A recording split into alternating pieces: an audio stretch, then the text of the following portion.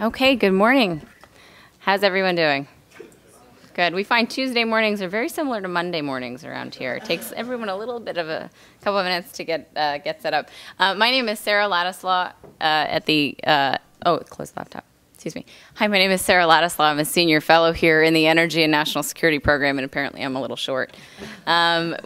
I wanted to welcome all of you here today for this really exciting event called High Impact Energy Efficiency.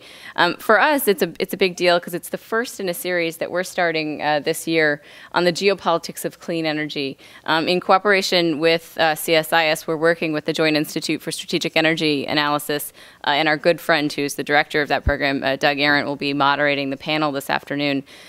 We chose to focus on the geopolitics of clean energy because given the really important and growing role that clean energy sources are having in the global energy mix, we thought it was interesting to look at what the geopolitical dynamics were of those changes in different parts of the world, looking at issues like competition and trade, things like technology barriers, and some of the policies and even some of the definitions for what different countries think about clean energy.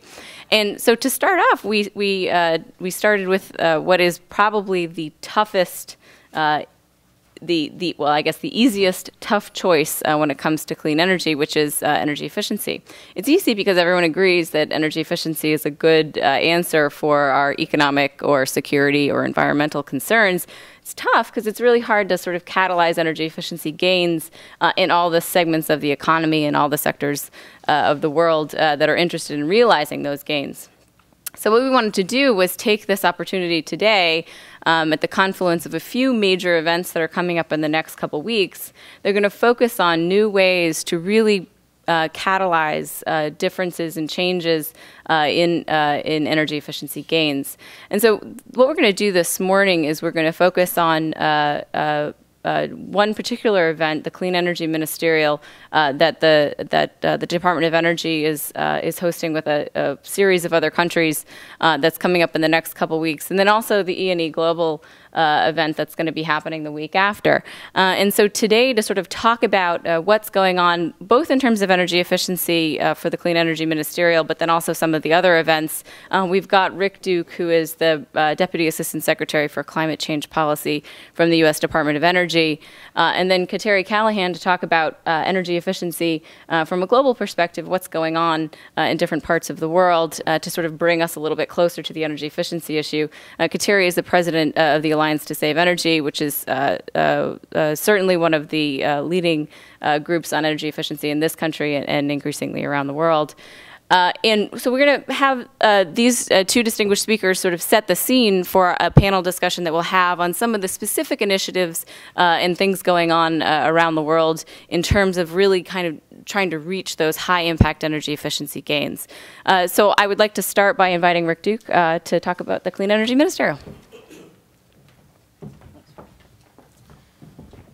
Thank you, Sarah. And let me start by thanking the CSIS for organizing this event and the whole series that you have in front of you.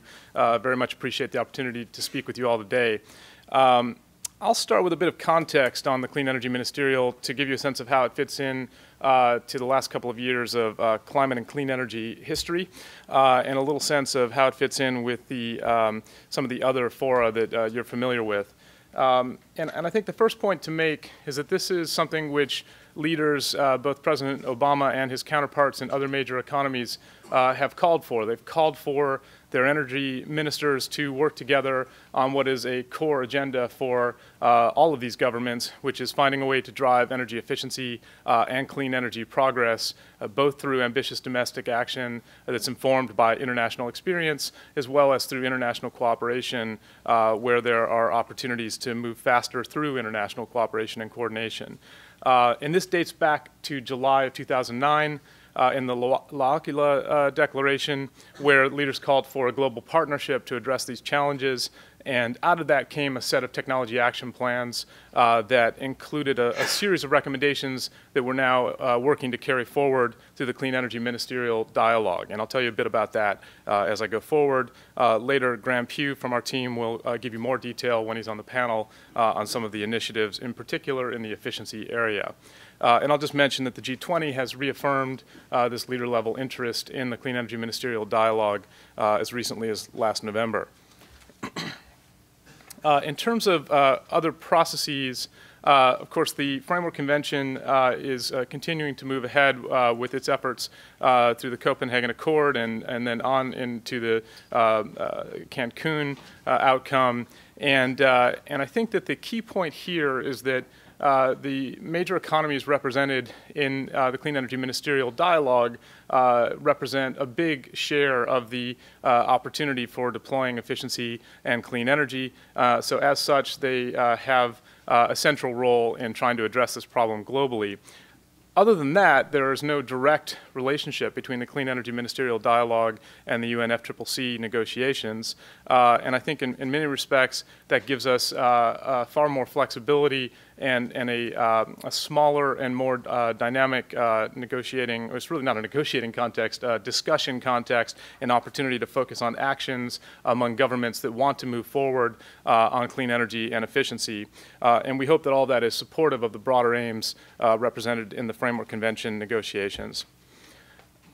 With respect to the institutions listed here, the International Energy Agency, the International Partnership for Energy Efficiency Cooperation, and the International Renewable Energy Association, these are examples of the kinds of existing technical institutions that the Clean Energy Ministerial aims to bolster through a political level dialogue. And the idea is simply that by having energy ministers meet and take a close look at what can be done to drive faster progress on efficiency and broader clean energy topics, we can create political momentum for these that empowers these existing institutions, takes advantage of the technical work that they're doing, and also, quite frankly, gives some impetus to the staffs and the respective bureaucracies that are driving ahead on nitty-gritty technical challenges like minimum standards for appliances or establishing the right kind of rules to integrate renewables into the grid and what have you. So the key point on this slide is quite clear. You've got the major economies all represented in this dialogue, a few other leading governments that have strong equities in clean energy and have shown leadership through this dialogue and more broadly. And that means that with a small group of some 24 governments, you're able to have a discussion that represents the lion's share of the market and try to move things through that dialogue. This kicked off last July here in Washington. Secretary Chu convened 24 governments and had what was in many respects, we think, an extraordinary start to this discussion. There was a public forum that was very well attended here in DC, and then most importantly for us, an extremely dynamic and positive dialogue among the ministers themselves, and a series of initiatives were launched that I'll go into in some depth here in a moment. And again, Graham will echo that and go deeper in the panel discussion. The next such meeting is happening in a couple of weeks in UAE, and the agenda for this meeting will include a clear focus on what national policies can do to drive energy efficiency and clean energy. And it will also look at what we can do to better allocate increasingly scarce public dollars to drive the same kinds of clean energy success. And we expect to kick off a series of engagements with the private sector and the nonprofit sector in high-level roundtables that we think will begin an extended conversation about these same topics with those key stakeholders. So let me tell you a little bit about the kind of underpinnings of the overall dialogue, and I did not realize this was animated, but we'll get there. So on the these are sort of the core principles that Secretary Chu has laid out for this overall discussion. And I think that they are important because they help to distinguish this from other existing fora. And I think that what we hope will be a secret to success over time in this effort. And I think the first is that we're really focused on results here. And the Secretary himself has said from the beginning that he only wants to make time for this if there's a clear line from the discussion to some kind of concrete impact in areas that he cares about passionately, like appliance efficiency or smart grid technologies and the like. And again, I think we are getting down that path, and I'll talk about some specifics in a moment. To get there, this requires that all the governments involved be actively engaged in what we've been calling a distributed leadership model, which means that it's not an American initiative per se, it's a major economies initiative. It's an opportunity for all the participating governments to work together in flexible coalitions on topics where they have particular equities and opportunities to lead. And this also means that there's no particular need to negotiate any text or have any kind of a formal communique from the meetings. And this is, in our minds, an advantage because it means that we don't have to have a sort of least common denominator outcome, but rather we can look for opportunities to move ahead ambitiously among the subsets of participating governments that want to do so. And so the last bullet speaks for itself, I think. In terms of accomplishments to date, lots of great animation there. We've got a set of initiatives that were launched last July. And I think importantly with those initiatives came some concrete targets that we're now actively moving ahead to try to realize. I think the most ambitious of the targets is the goal to avoid 500 mid-sized power plants over the next 20 years with the efforts of the ministerial. On that note, we've already started to track the kinds of impact that participating governments are having through mechanisms like appliance efficiency. And I'm pleased to say that even since this effort began, there have been dozens of power plants avoided through minimum standards work and other kinds of appliance efficiency policies initiated by the participating governments. This will take time for these, of course, these benefits to be realized in the marketplace, but the rules have been put in place, the progress is being made, and we want to encourage and empower participating governments to do much more of those kinds of transformative energy efficiency and clean energy policies. There's a second sub-dash there in the area of energy access, and I'll talk a little bit about an initiative that specifically addresses an opportunity for what is really high efficiency and clean off-grid lighting appliances. And then we've been focusing on some of the clean supply challenges and an initiative to help encourage leadership by women in the clean energy field. And I think the key point that's really perhaps best represented on this slide is that, and you can't really see it, but this matrix here shows the set of 11 initiatives against the 24 governments and the dots representing participation. I think the key point is that there are a lot of dots, but of course it's not a complete chessboard.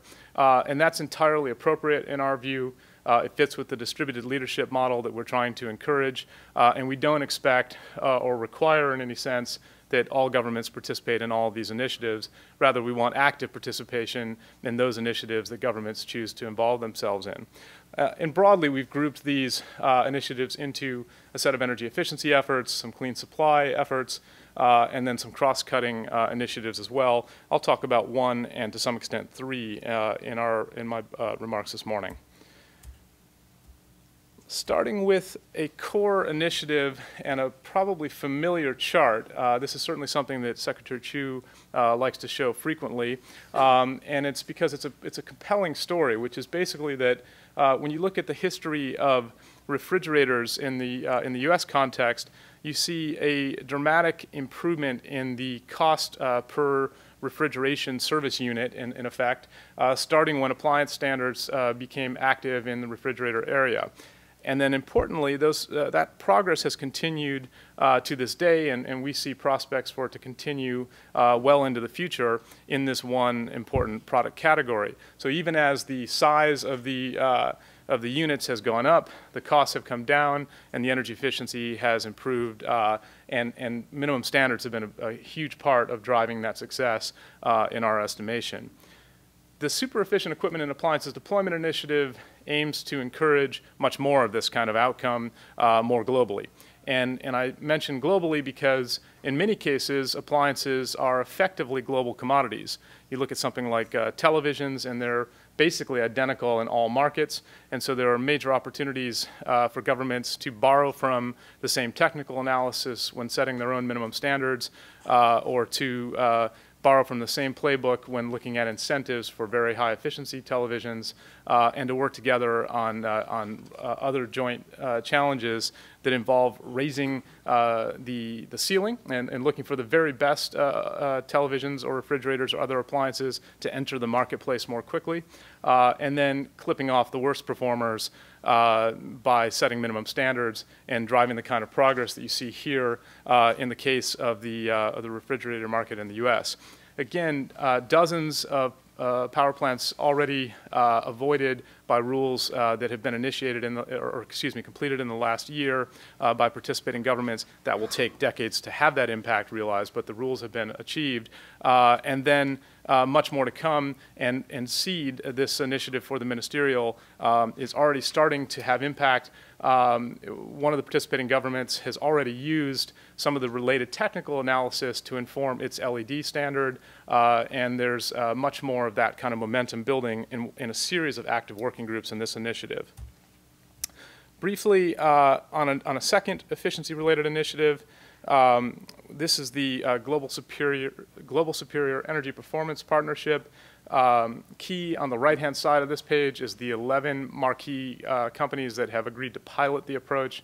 And the basic idea is that in large industrial factories, as well as in large commercial facilities, there are opportunities for those managing those facilities to do a better job on driving efficiency gains over time if they measure more effectively how they're doing, and if they benchmark. And so this is a certification program, or really a network of national certification programs that are unfolding, building on the ISO 50001 standard, and we are excited to work with these companies, including a couple in India that you'll see, on helping to make this change happen. You'll also note that there's a set of sector-specific working groups represented here, and these are going to be carrying forward some of the excellent work initiated under the Asia-Pacific Partnership, and now with a broader scope that includes the full range of major economies represented in this dialogue.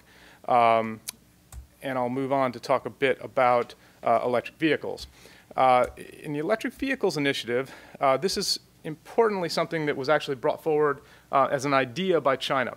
And we have worked with them on bolstering the initiative and implementing it, and set a robust goal to encourage all the participating governments to hit their own self-announced and really pre-announced goals for electric vehicle deployment in such a way that by 2020 we would see 20 million electric vehicles on the road among the participating governments. And there's a whole range of ways that we can work together on this, including looking for key gaps in public R&D investment in technologies like batteries, and sharing experience with what it takes to create the infrastructure for deploying electric vehicles at scale. Just touch briefly on another initiative with even better animation.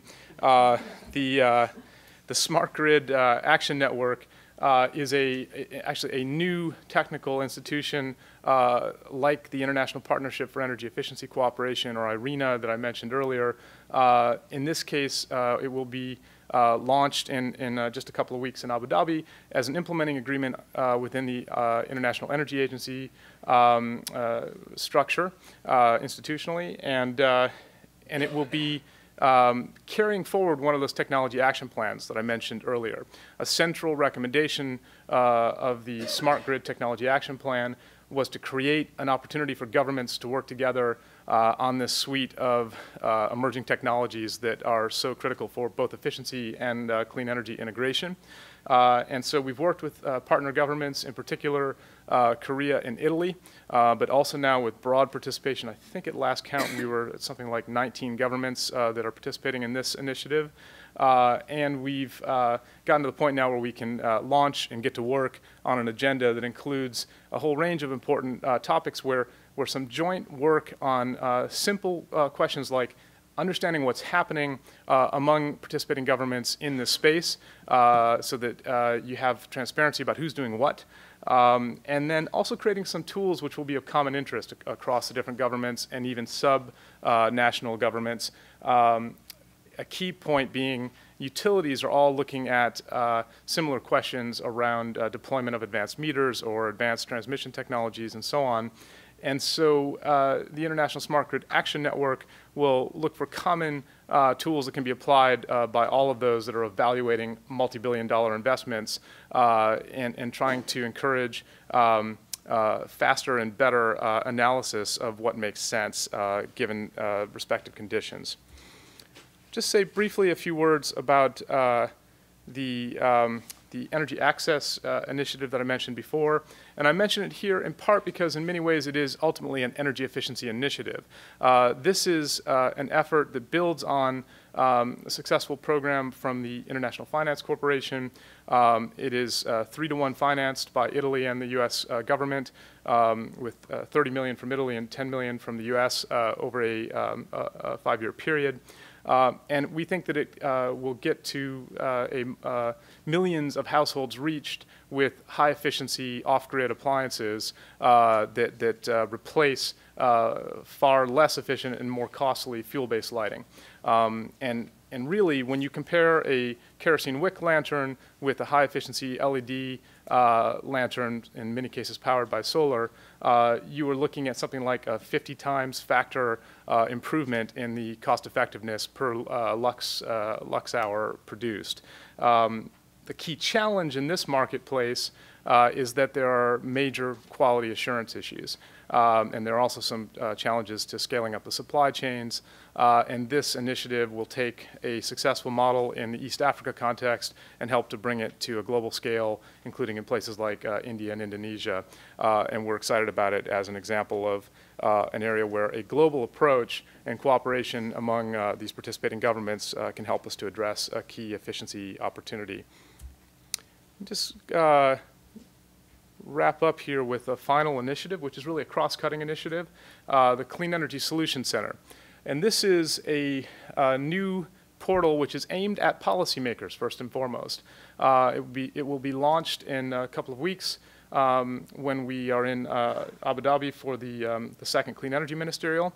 And the purpose of this is to create a single portal that draws on all the existing portals and creates a synthesized set of facts for the staffs of ministers participating in this dialogue, including well into the bureaucracy, those that are trying to implement rules on appliances or other kinds of efficiency or clean energy. And we want to, in effect, create more transparency, more clarity, and a better sense of what are the policies that are put in place and what are the deployment outcomes that are realized by these participating governments over time. So this is a place to look at how we're doing relative to the 20 million electric vehicles goal by 2020. This is a place where we can also try to track over time how we're doing in terms of implementing those minimum standards on appliances and what kinds of savings we're realizing collectively. And we also expect that there will be some useful tools for policymakers that are struggling with some of the harder challenges of implementing these complex, at times, policies.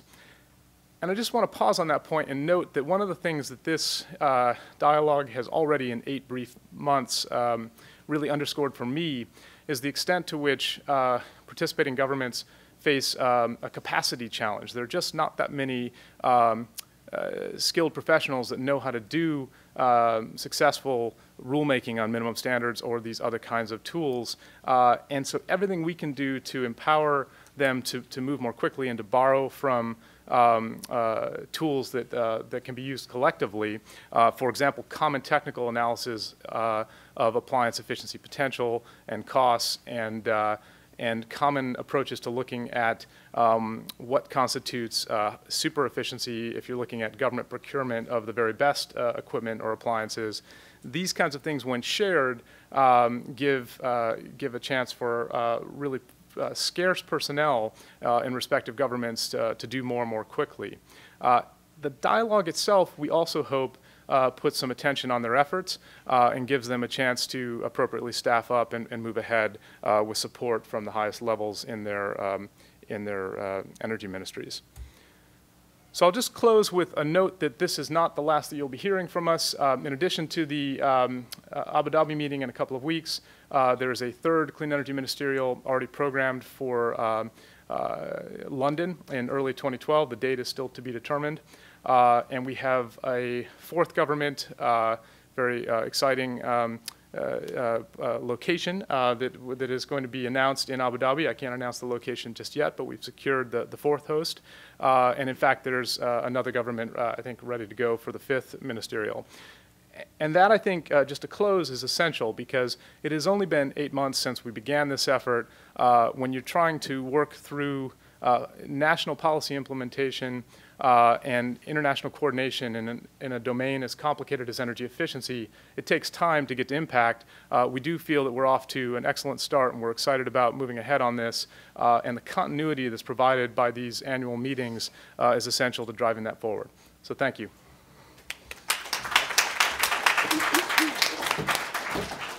Thanks, Rick, for that great overview. It certainly sounds like you've got a lot to be focusing on in the next 2 weeks, and we'll be looking forward to hearing more about how the ministerial goes. What I'd like to do now is welcome a longtime friend and good friend of the CSIS Energy Program, Kateri Callahan, to do an outlook on energy efficiency gains globally. Thank you. Thanks. Thank you, Sarah. Thanks. I'd like to start by thanking Sarah and Frank and the whole team here at CSIS for having me over this morning. It's a real delight.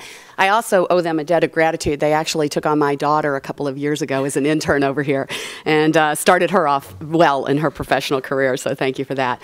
I just want to do a couple of things with my brief time with you this morning. First, I'll spend just a moment or two introducing you to my organization, the Alliance to Save Energy, and then spend another moment or two to look back at what we've been able to accomplish with energy efficiency. And I'm going to use the United States primarily as the platform for talking about what's going on globally because we're here today, but I will keep threading in and weaving in, I hope, throughout the presentation, efforts that are ongoing in the world. And I think with what I would agree wholeheartedly with what Rick has said and with what the Clean Energy Ministerial is doing, and that is the sharing of best practices and solutions as a way to move forward. And what you'll see in the presentation that I'm going to give today is that there's a lot of work in the same areas and on the same types of issues, whether that's appliance standards or building energy codes or looking for incentives and investment.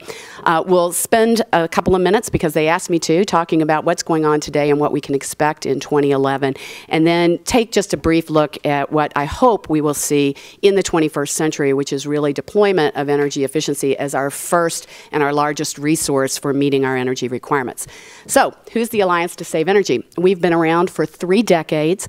We are a nonprofit group comprised of an alliance of policymakers, business leaders, environmental groups, academia, consumer interest groups, just a wide array of all of the stakeholders who are interested in and impacted by energy use and how it affects our environment and our energy security and, importantly, our economy. We have over 80 individuals now. We've grown that large over the course of time. We're headquartered in Washington, D.C., but we have initiatives and operations all over the world. We have offices actually in the Ukraine, South Africa, Mexico, and India.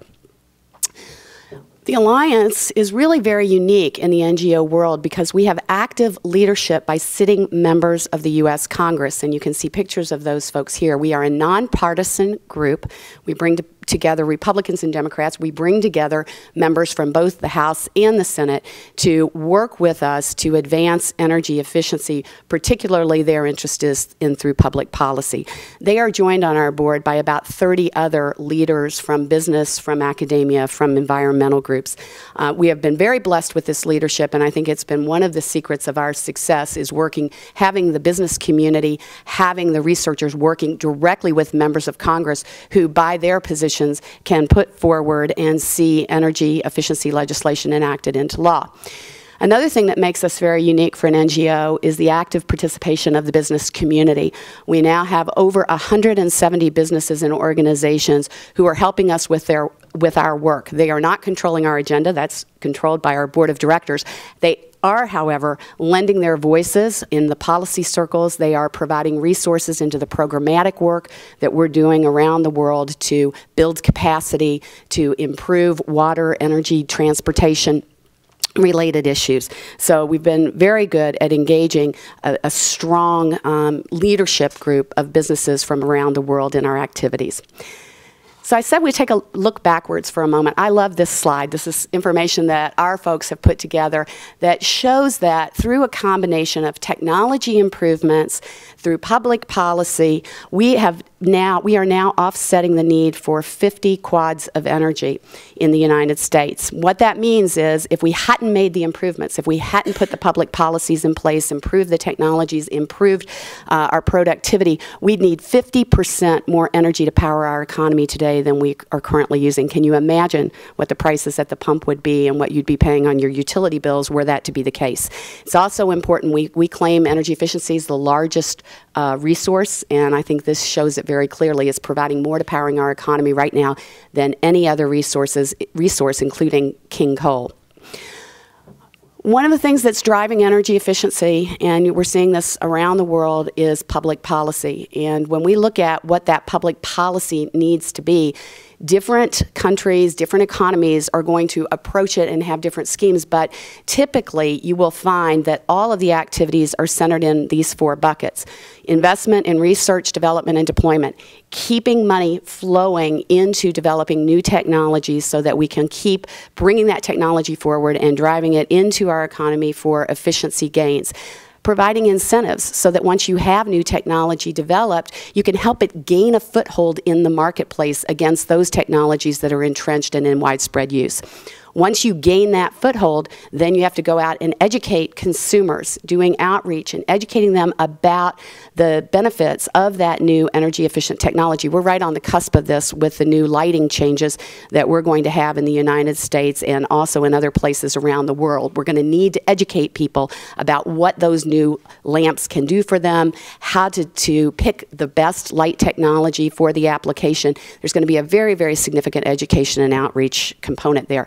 Finally, once the products have made it and integrated into the marketplace in a real way, that's when you step in and you put the standards and the codes in place that require manufacturers, that require building owners and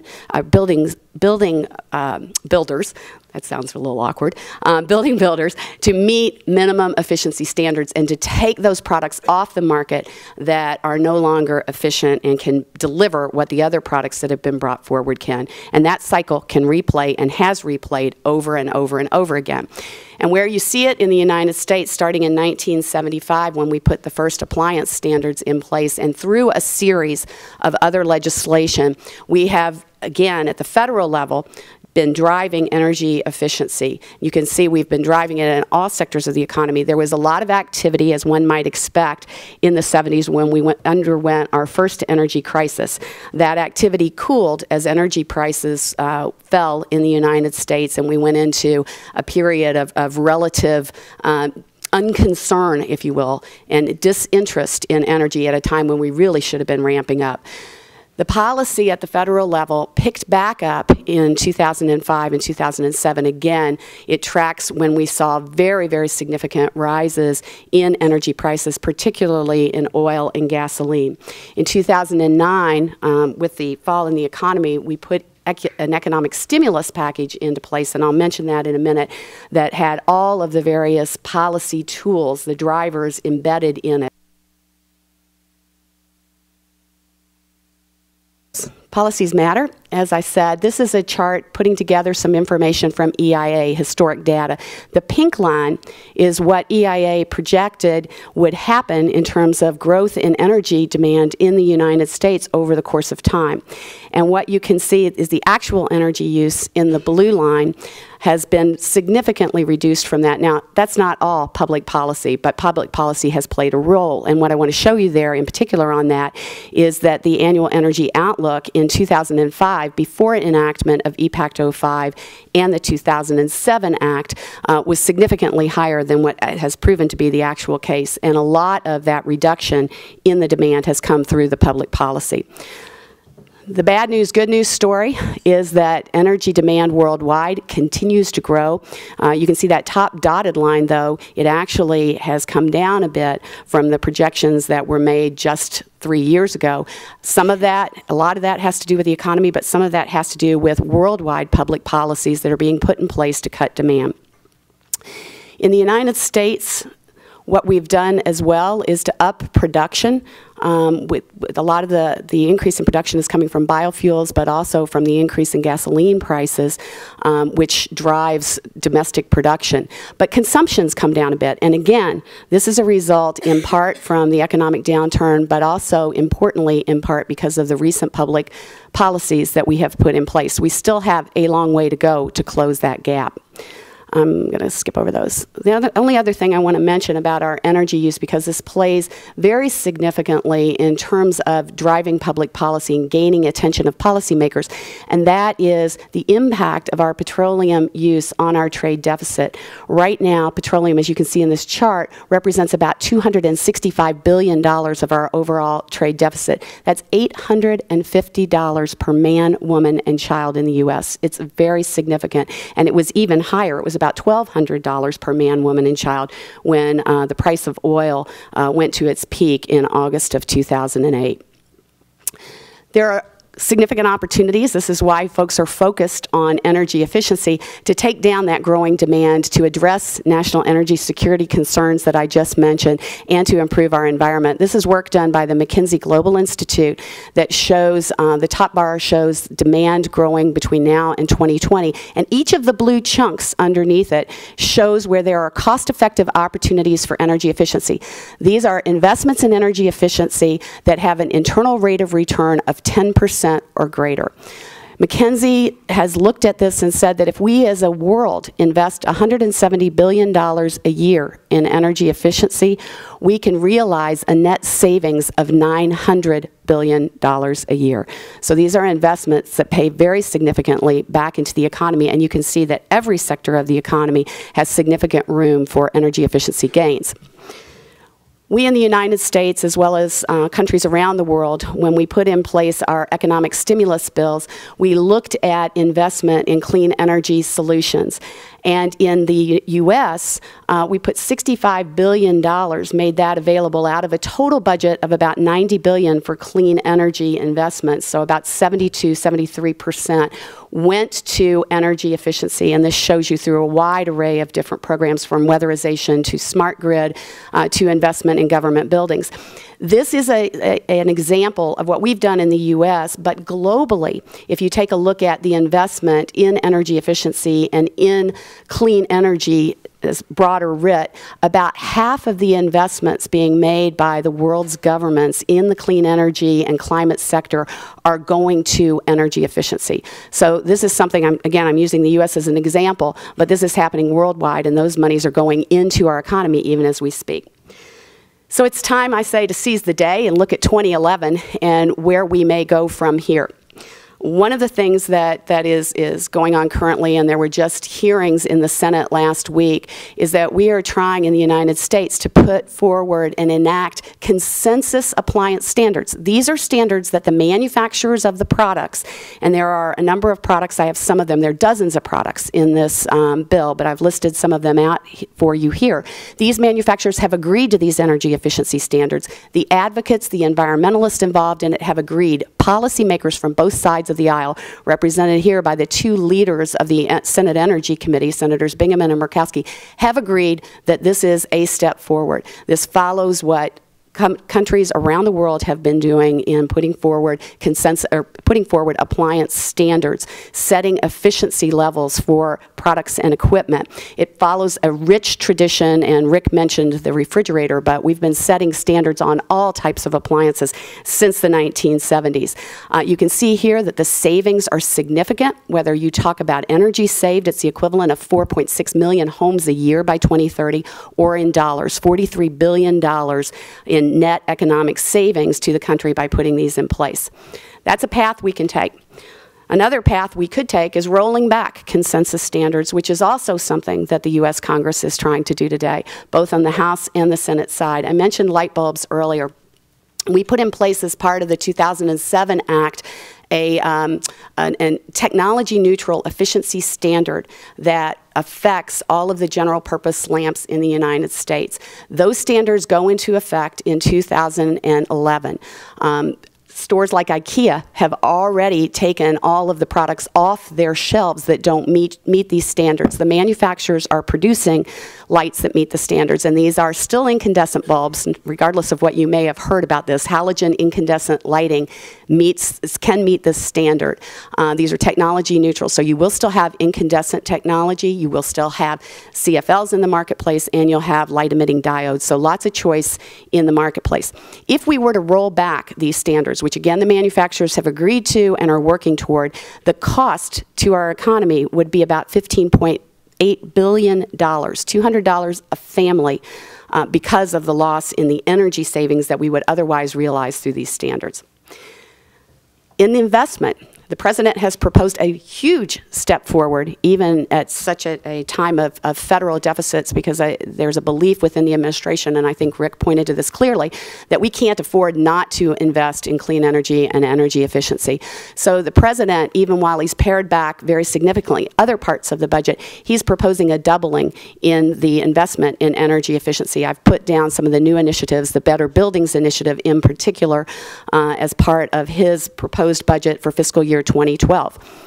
However, others of the federal policymakers are looking at cutting very significantly investments in energy efficiency.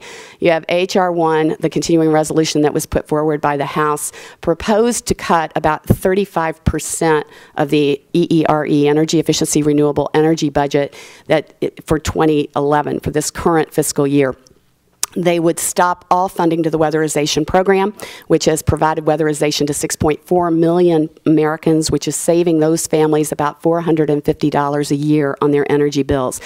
They were not successful in getting H.R. 1 through, but the two continuing resolutions that we've seen while they work through the differences between the House and Senate, between the Republicans and the Democrats, are continuing to slash. And they're slashing at a rate that gets them to the levels that I'm showing you here in H.R. 1. So we're calling this death by 1,000 cuts, or more precisely, death by however many weeks are left in the fiscal year budget, 43 or 44. Again, looking at what's going on here, and you're seeing this in the in other countries as well, and it was mentioned by Rick, governments are leading by cleaning up and getting their own houses in order. Here we have the executive order on federal leadership. It's called the Green Gov order, lovingly by those that are working under it. But the federal government has for many years, for about 20 years now, been working on improving energy use within its own systems. The federal government's the largest energy user, single energy user in the United States, so what they do matters. And they are bringing to bear the federal purse and the power of that federal purse to begin to transition and change not only their own energy use, but those of others in the United States and around the world. So let me get off the U.S. for a minute and look at what's going on in Europe. There are several different European efforts underway. The Europeans have put in place a goal now. It's not a mandatory target, but a goal of reducing their energy use 20% by 2020. By their own admission, if they continue with the programs that I'm about to show you and at the pace they're going, they are likely to make only half of that, to make only 10% by 2020. So they are hard at work in putting in place, in watching what's going on and looking at additional programs that they may need to put in place. So I'm going to talk first just real quickly about the eco-design effort. This, again, looks at appliance standards just as we're doing in the United States. There is an initiative underway now on standby power for 9 different products that, when it is put in place, is projected to save about 12% of the electricity consumed in the European Union. So very significant what they are doing on appliance standards. They're working on buildings. In the United States, we just got the International Codes Committee to put in place a new 2012 code that will improve the energy efficiency of buildings by 30%. In the European Union, they are working on something called the Efficiency efficiency program for building directives. And there you can see they're looking at a methodology for calculating integrated building energy performance, just like we are in the United States, minimum standards for new construction, and then energy certification for both the new and existing buildings and regular inspections. So again, very much a framework like you see in the United States. Again, they just put out a new report that showed that they are off the target of making their goal of 20% reduction. So they are going to look again in 2013 at the outcome of the various programs that they have in place and new ones that they are putting in place currently. And if they do not meet their goals or don't project that they're going to meet their goals in 2013, they will look at making that target mandatory and binding on the member states. One of the things that we've been doing in Europe to try to make similar, I've got the same problem you have with your animation. We have created a sister organization called the Alliance to Save Energy. It's populated and led by leaders from the government and from business in Europe. And they are going to be working very, very hard to make sure that the EU meets its policy directive goals and that the policymakers continue to work with the member states on implementation, which is a very, very significant issue. When you look ahead at what we're going to do in the United States, and I hope will happen in this Congress, if not in this year, certainly, we have work, as I mentioned, on appliance standards that's already teed up and ready to go. We have building energy code legislation that was part of both the climate bill that passed the House and the energy bill that came out of the Senate Energy Committee in the last Congress ready to go. We have legislation that will correct the problems that we have in the mortgage underwriting and appraisal process that is impeding energy efficiency in the residential and the commercial building markets, tax incentives, rebate programs for deep residential retrofits, energy efficiency retrofits, and building retrofits, and then potentially an energy efficiency resource standard or a clean energy standard that would allow energy efficiency to demonstrate 100% compliance. We also will be working on appropriations, keeping those at or above the investment levels proposed by the President, and looking at the regulatory arena with the work that's being done by the Environmental Protection Agency to make sure that energy efficiency is advantaged as those rules are put forward and put into place. So we've got a lot to do, and we've got a long way to go if we're going to be energy efficient in the world and in the United States. And I put up 2 bars here. I like to use Japan as a reference case because they are an industrialized nation, one of the powerhouses in the world. And if you look at their total primary energy consumption per capita, they are very, very significantly below where we are here in the United States. So I put this up as a challenge to us all that we can do better. And how can we do better? We can learn from one another. Sarah set me up for this, as did Rick, and so I don't feel so bad about the blatant advertising I'm doing here. But we are going to have a meeting in Brussels, Belgium, in 2011 that will bring together the leaders from around the world to look at what the best practices are, to look at what the common challenges, the common barriers to driving energy efficiency into the market are, and to come up with solutions that can be custom tailored to these various economies and to these various circumstances, whether it's in the industrial arena, whether it's transportation, or whether it's in the built environment. I hope all of you will plan to join us. We already have people registered from 42 countries, I'm told, and we have some of the leading heads of state. As you can see, the EU President Buzak will be on hand to speak along with a cast of others. So with that, I thank you for your time, and I look forward to the session this afternoon.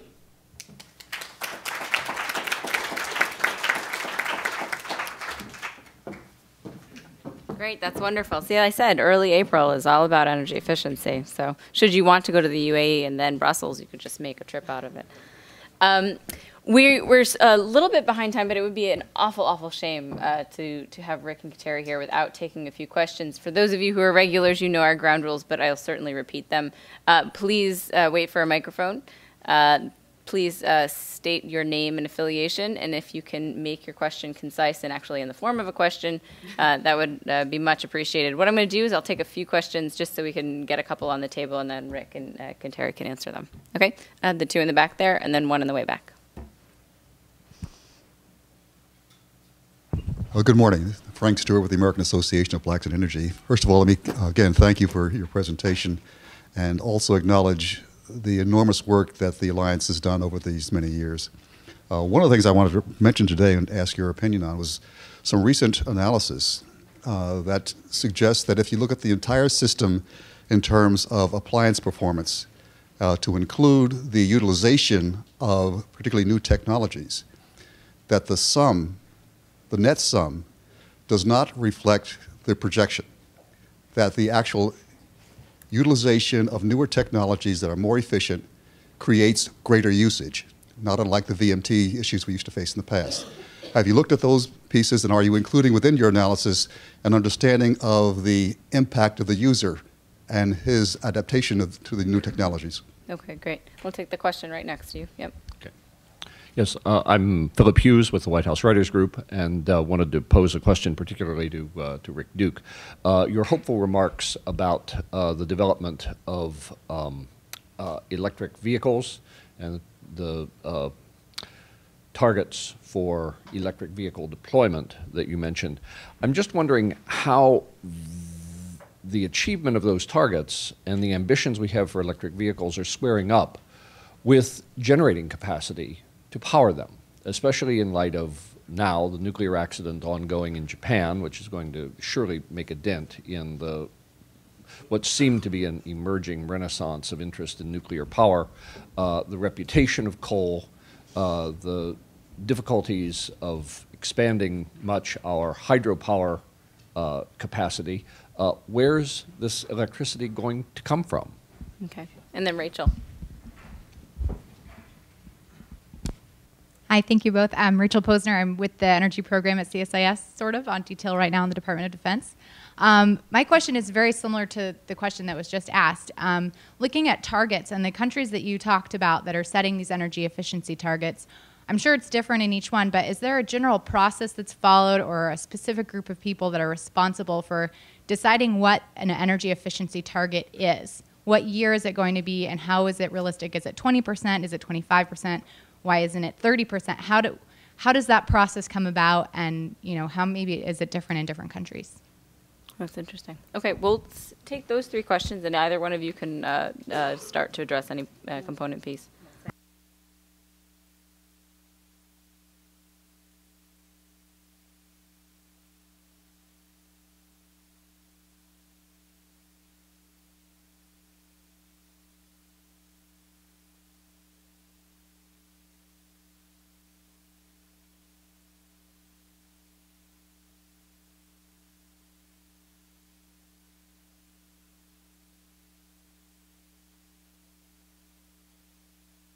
I'm sorry. The difficulty, as you might imagine, is that there's a wide variety of both ability to get things done and the rate of speed at which things can be done in various countries. So it is a country by country, and as I mentioned in my remarks, one of the concerns that people that are operating in that environment and who want to drive energy efficiency is that you can have these great directives set at the EU level, but it's all about implementation.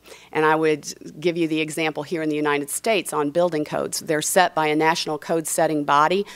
They're affirmed by the Department of Energy, certified, and then the states have to adopt them, then the municipalities have to enforce them. So we have a real patchwork in the United States going from that 30%, what I'll call the holy grail of the national code that was just adopted, down to what's actually happening on the ground level. And I think that flows very much the same in Europe.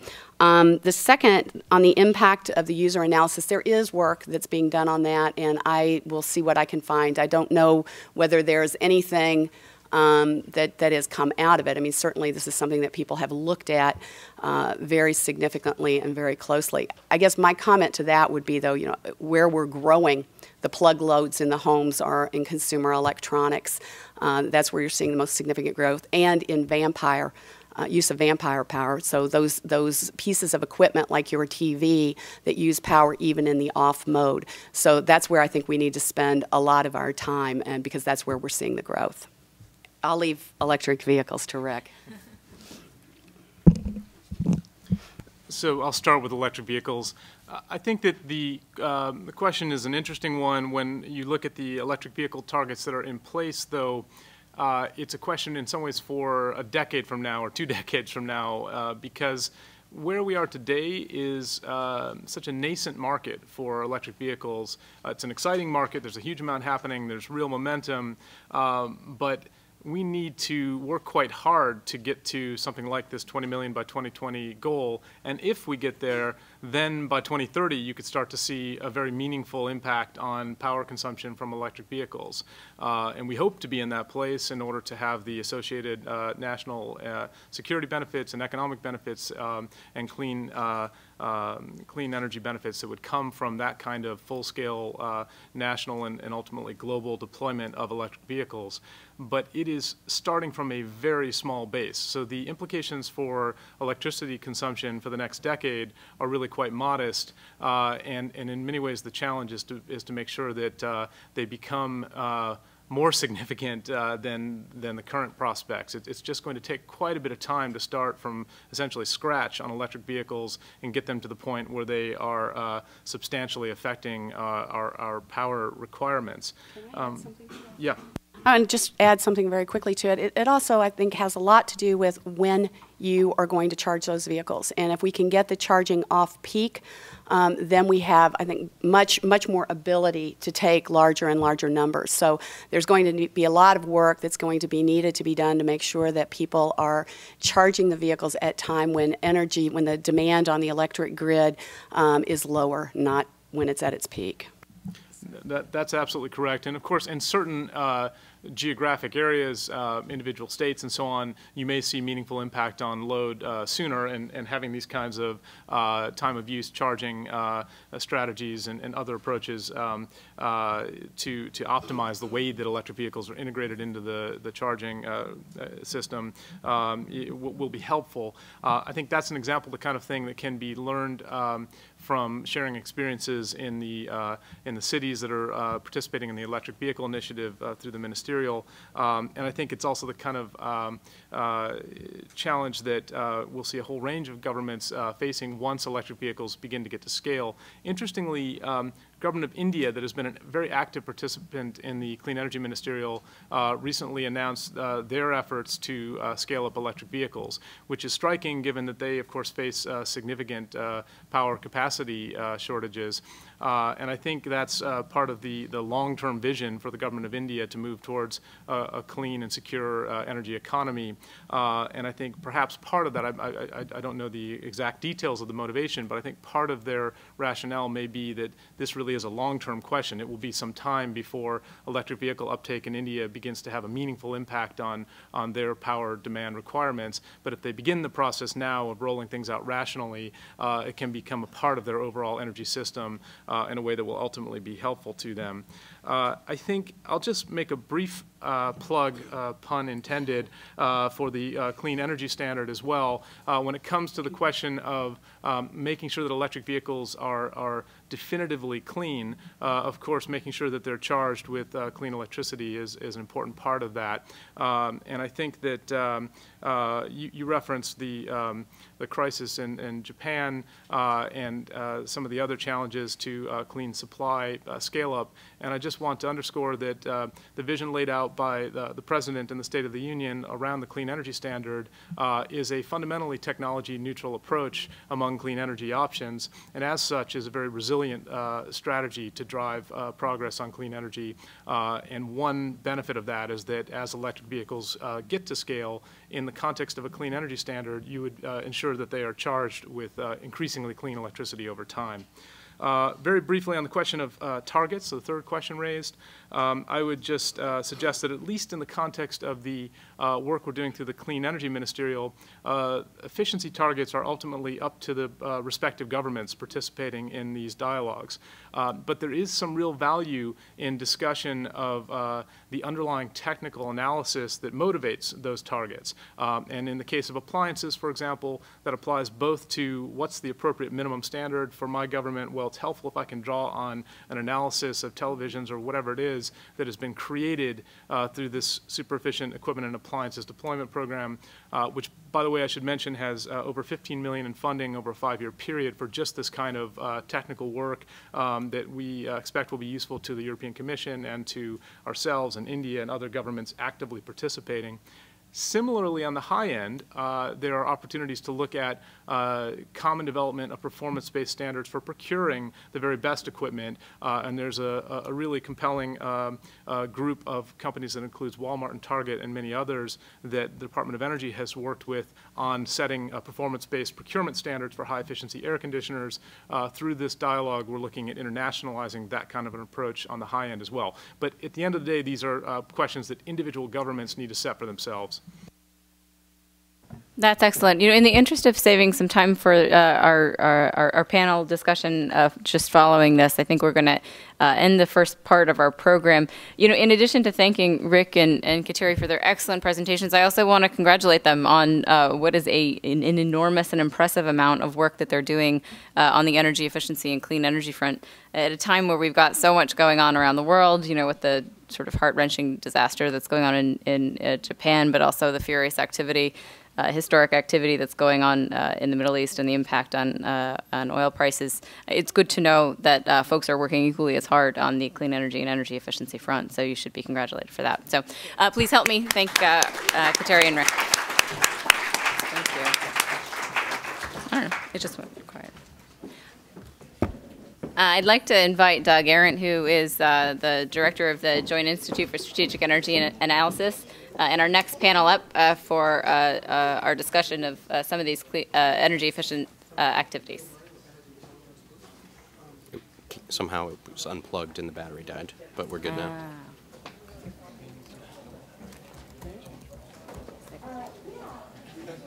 Yes? This is what we're looking for? We need.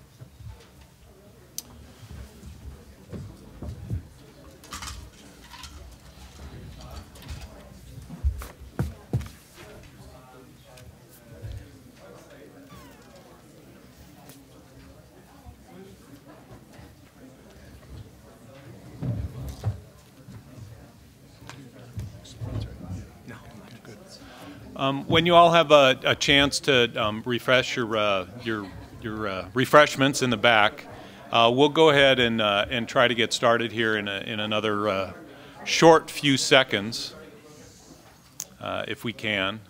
We want to be respectful of your time and also the time of our experts here. So my pleasure to co-host this event along with my colleagues at CSIS. Always a pleasure to be here and to engage in, I think, a very mindful dialogue about energy issues in relation to global issues as well as national security and geopolitics. And in particular, I'm pleased to moderate the following panel, which really furthers the dialogue around energy efficiency in a number of different aspects. And I think that you'll find the flow of the content very nicely following on from the overviews of Rick and Kateri. What we're going to do is ask Graham Pugh to begin with detailing out a bit more about the energy efficiency actions underneath the Clean Energy Ministerial, and then we'll follow on and look at some corporate perspectives as well as some global perspectives on the energy efficiency potential. And then Russell is going to be the cleanup batter at the end, to really focus on the financier's perspective. And I think what this brings to bear really is the combination of understanding of how policy interacts with technology and industry and finance, and that we really need all pieces of the puzzle to be effective in order to bring solutions to bear. So with that kind of overview and introduction, please join me in welcoming Graham Pugh, who's going to talk more about the energy efficiency actions underneath the Clean Energy Ministerial. Thanks, Doug, and thanks very much to CSIS for arranging this event. And it's a pleasure to be here and among friends and on such a good panel. I want to extend some of the remarks that Rick made about the Clean Energy Ministerial to focus on just two initiatives and give a little bit more detail on those. Mainly the Super Efficient Equipment and Appliance Deployment Initiative and the Global Superior Energy Performance Initiative. So now for the wonky part of our program. You know, I think the key notion here particularly in the Appliance Initiative is one of global market transformation. It's clear that it's incredibly important to shape markets to accomplish the objectives that you want to achieve. But there are a number of tools at our disposal that we've learned about over the years that we can apply. So we tend to think when we're talking about equipment and appliances that standards are the only solution. But we know, in fact, that there are a number of different tools that can help us achieve this objective. So keeping in mind the three fundamental principles of this initiative, which is, you know, number one, raise the ceiling by pulling more efficient equipment and appliances into the marketplace. Number two, raise the floor, right, which is the minimum standards approach. And then number three, do the supporting technical analysis that's necessary to identify the greatest opportunities in markets around the world. And so that's what we're trying to do in this initiative. And there are actually 5 different working groups focused on different approaches for this. So one of them is the standards work that Rick spoke to, and I'll tell you a little bit more about. But another exciting program that we're set to launch in the upcoming ministerial is an awards program for the most efficient product category that I'll tell you more about. Further, there's the role of incentives, which is how more efficient equipment and appliances can be pulled into the marketplace. And there are roles for energy providers as well as governments in this. Utilities often have the most direct connection to electricity consumers, and so they provide a very direct means for delivering incentives to change consumer behavior. And then I'll talk about procurement and the role that procurement can play, both government procurement in terms of sometimes seeding the market, making the initial investments that are required to really scale up particular categories of efficient equipment and appliances, and also the role that key private sector players can play in procurement. And finally, just a note about the cross-cutting aspect of doing the analysis necessary to identify the high-value opportunities. So, you know, just a bit on the standards front. If you take the graph that Rick showed about, which is one of the Secretary Chu's favorites, about the historical rate of improvement of efficiency in refrigerators, and you extend that, as Kateri indicated, across a number of appliance categories where minimum standards have been applied. Or alternatively, you look at the impact of labeling programs, for example, in the EU that have really accomplished very similar gains through a different policy mechanism. What you realize is that there are definite ways that we can improve the rate of improvement of efficiency in these product categories over time, but that what we've accomplished to date has largely been a series of independent national actions. Now, we recognize that those actions will always be taken at the national level. Nobody is, at this time anyway, advocating for an international standard that would apply to all governments. But at the same time, if we're doing technical analysis to understand what the potential is in a product category in the United States, why not share that with the EU when we're sourcing from many of the same manufacturers?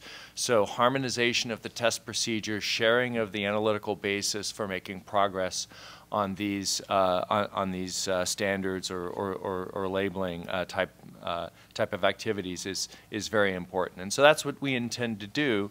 And so it's you know, if you imagine that you have these types of activities, you can, if you're going about the process of implementing these more efficiently, you can apply them more broadly to other product categories.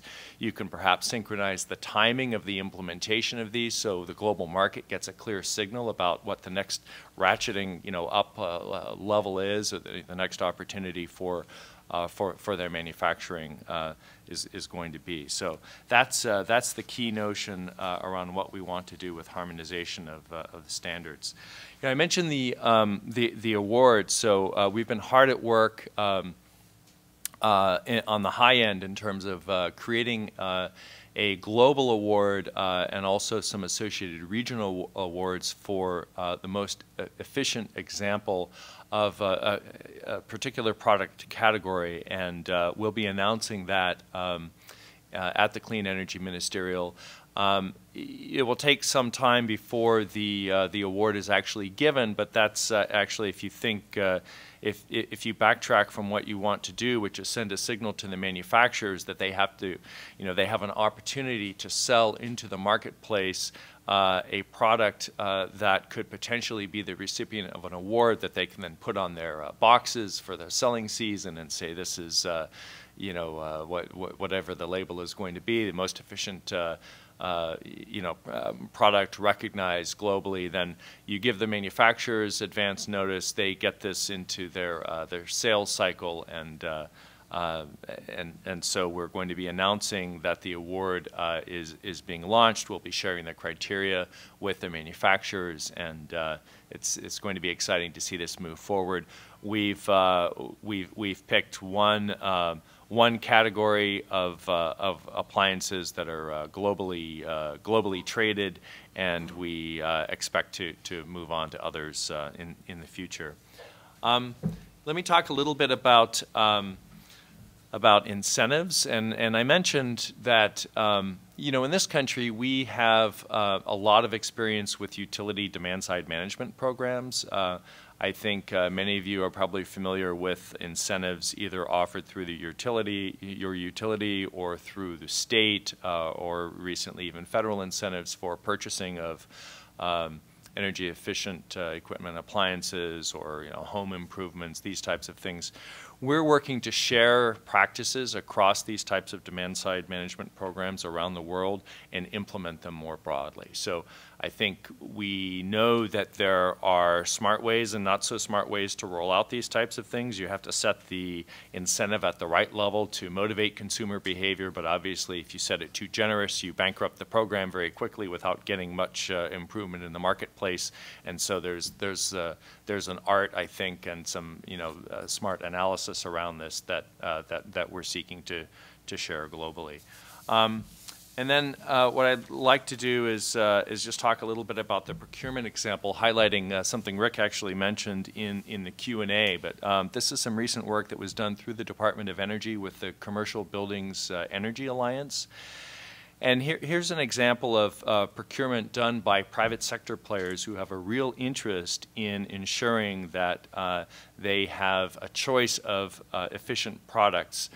Because in their case, in this particular case, rooftop air conditioning for big box retailers, it's a substantial portion of their costs. And so what happened is because the Department of Energy in the Appliance Standards Program has great familiarity with what is technically possible for air conditioning, they were able to sort of work with some major retailers and also with air conditioning manufacturers to, in fact, identify an opportunity for those manufacturers to produce rooftop air conditioners at a higher performance level than are currently available in the marketplace, and to have a commitment from these retailers, assuming you know, the price point is right, to make you know, major volume purchases of these. So You know, when I first heard about this, you know, I thought, well, what role does the Department of Energy have in managing the supply chain for, you know, a major retailer? But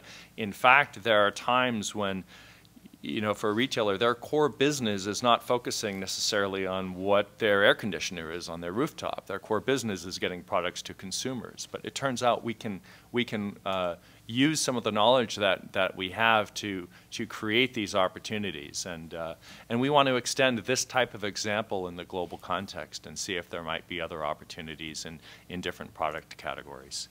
So. Finally, all of this information and the cross-cutting analysis that supports it is going to be available on another website called superefficient.org. And superefficient.org will be available at the launch of the Clean Energy Ministerial. If you are an equipment and appliance efficiency wonk, this will be the site for you. We will certainly link to this site from cem.org and the Solution Center that Rick alluded to. But this is going to be the more in-depth technical resource for people around the world who really want to draw on the rich amount of information that's available to really use best practices in formulating policies.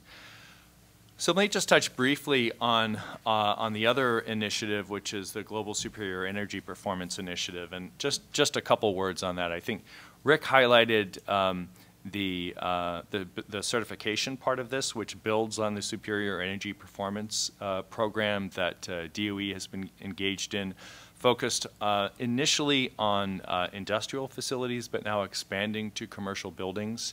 And we want to broaden that now to the international context. And the notion is as follows. It's easy for private sector partners to set an energy efficient improvement goal. But unless that can be verified in terms of actual performance, it's not a bankable transaction.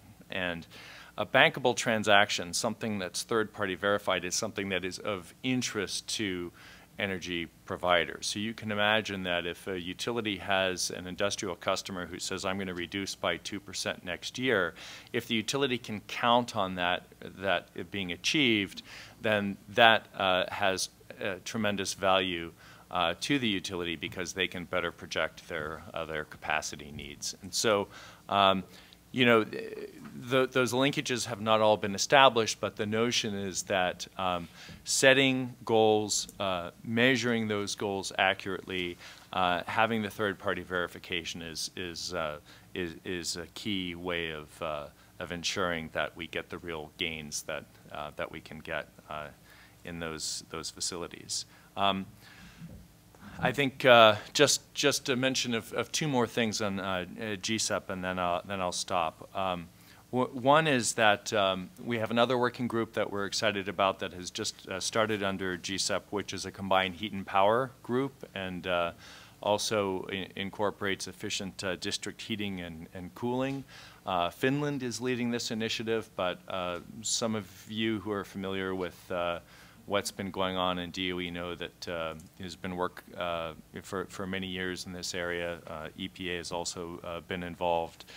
So we're looking forward to rolling out that group, and we have some interesting linkages also to for those of you who sort of follow climate issues more closely, to black carbon reduction in the Arctic. There are some very inefficient facilities, particularly in Russia, that if you could improve the efficiency with combined heat and power applications, you could get black carbon reductions and the associated climate benefits. So that's an important focus area.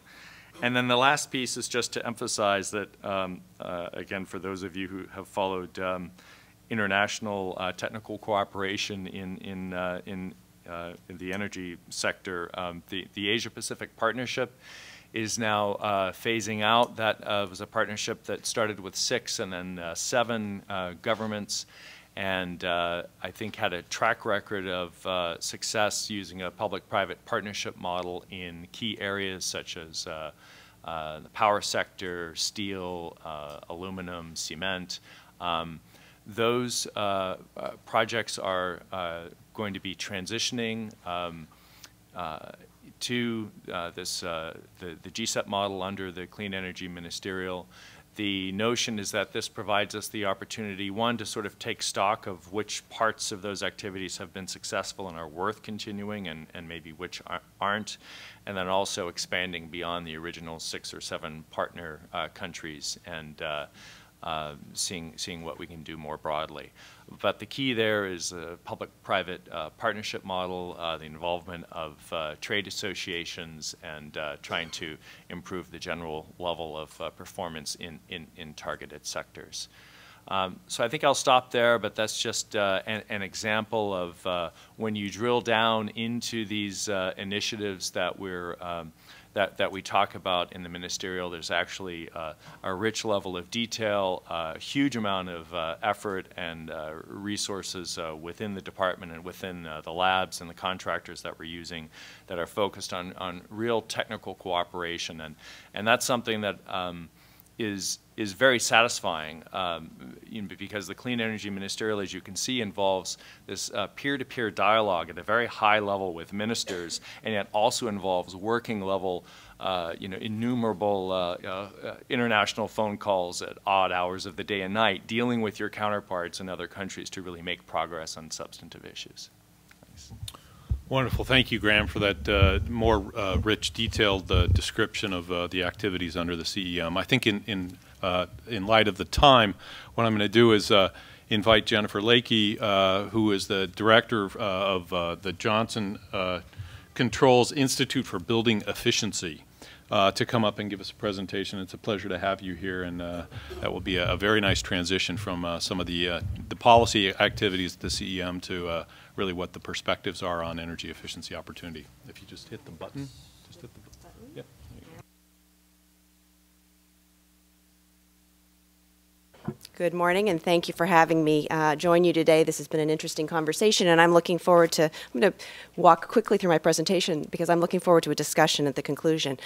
We've been talking a lot about the vision for global market transformation, and I'm going to share with you today a little bit more about some of what we're seeing in that market, some of the barriers and the opportunities and challenges that I've been tracking through the Institute for Building Efficiency.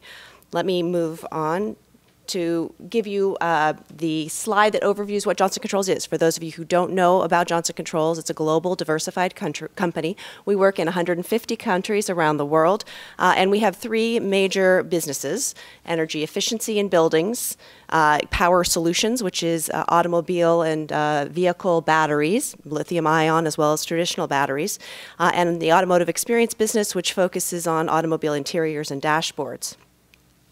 I want to also note that this month we were pleased and honored to be named the #1 corporate citizen in social responsibility by CRO magazine. The Institute for Building Efficiency is a global initiative of the building efficiency business at Johnson Controls. We launched in April, just about a year ago, in the United States, and are working actively in China, India, and in Europe as well as here. It's a global initiative to provide information and analysis on the technologies, policies, and practices to improve the performance of buildings and to implement smart energy systems around the world. We do this from a practitioner's perspective. So my goal is to engage with stakeholders outside of Johnson Controls as well as those inside Johnson Controls to talk about what we're seeing in the markets.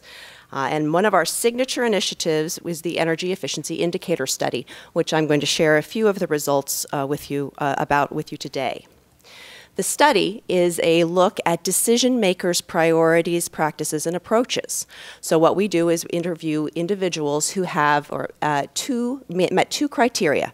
The first criteria is that they must have capital in either the operations budget or financial authority to make decisions around the energy measures in their buildings and operations. The second is that they must also be monitoring their energy use, and they're the decision makers for any improvements in their facilities. This is a global survey. We focused on 10 countries last year, and we are in the process of conducting the survey again, which will close on April 8th, and we'll be announcing global results in June. Energy management is an incredibly important topic to those individuals and those decision makers who we surveyed last year. If you'll note the slide that I put up to right now, you'll see that there is in all regions over 50% of the respondents indicate that energy management is either important, is very important, or extremely important in their priorities.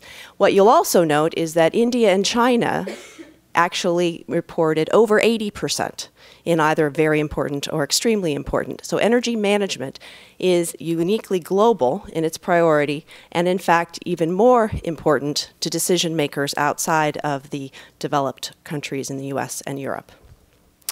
We saw that the drivers for energy management and energy efficiency in fact were unique and very common. So the very common, everybody wants to save money. The number one driver globally for energy management, energy efficiency is cost savings. However, you'll note a couple of differences that I think are worth taking note of. The second most important global reason for taking on energy efficiency was greenhouse gas reductions. However, in the US, that was actually a much lower priority. And in the United States, you saw an interesting perspective around the government and utility incentives and rebates as a driver for taking actions. So in fact, the role of policy and the role of the private decision maker does vary on the context and how individuals view their incentives. This is important because I'm going to come back to this policy framework and the policy activities that have been outlined earlier. The other thing I'll note is that both India and China had as a top driver, a customer attraction and retention, which did not show up as one of the top 4 in the United States or in Europe. So when asked what was their priority for reducing emissions, and you saw that up there, decision makers indicated the greenhouse gas emissions reductions was one of the drivers for them taking on energy efficiency. When asked what implementing approach they would take for reducing emissions, energy efficiency in buildings was by far the largest winner. I will note, however, that 28% of those decision makers had not yet prioritized or did not know what their top or leading initiatives would be to reduce carbon emissions, which gives us lots of room to continue to educate and to continue to engage with these decision makers on what types of approaches and technologies they could use. Another important area of the survey, and I'm walking through just a couple of the key pieces, all of this can be found at our website, which is institutebe.com. Another one of the important aspects of the survey looked at what investments were being planned for 2010. And in summary, this slide paints a picture of an industry and decision makers who are relying on their own capital to create opportunities and make investments. I'll go back to this, but I want to note that that's important because for companies like Johnson Controls, who are in these markets, and for financial institutions who can provide capital into these markets, most of these decision makers are assuming they have to have the money in hand and that is their clear priority for how to make energy efficiency happen in their organizations. For ESCO businesses and for others, that has real implications. But I want to note here that there is, again, a global difference. In countries like India and China, that money they feel right now is coming from inside. In countries like US and Canada, you see that there is actually a little more differentiation between whether that money has to be something that is in their own capital or operating budget. We were pleased to see in last year that, in fact, when we asked what impact has the recession had on your levels of investment in the past 12 months, that in fact there was 56% of the respondents said that it has had no real impact or they've invested the same or more in the past 12 months. In India and China, the recession wasn't felt as acutely as it was in the US and in Europe. But one of the important things that we saw was that there was indeed this bifurcation. The response to the recession and the economic conditions did not diminish energy efficiency interest globally, but it did create a bifurcated response. The most interesting slide to me in all of these is the slide that looks at what the barriers are. Where are the barriers to investing in energy efficiency? And they came out to be four main things. Lack of capital budget, which we already talked about, for those individuals and associations that were looking at making investments from their own self-financing, that there was indeed this problem with finance. In the US and Europe, lack of capital was also a very important part of the overall view of what was holding them back in making their energy efficiency commitments.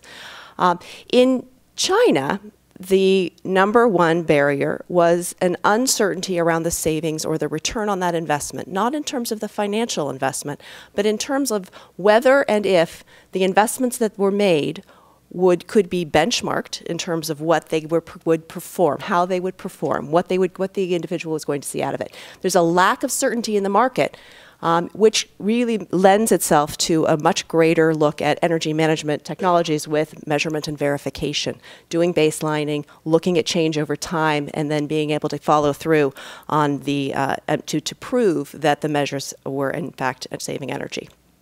In India, the biggest barrier was a lack of technical expertise. Decision makers felt that they did not have the ability to do an integrated review of the technology options that were available and how those technology options could be implemented effectively.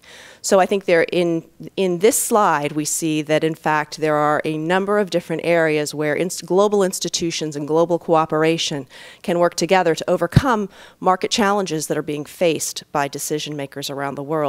And those are both in the capacity building context as well as in the financing context.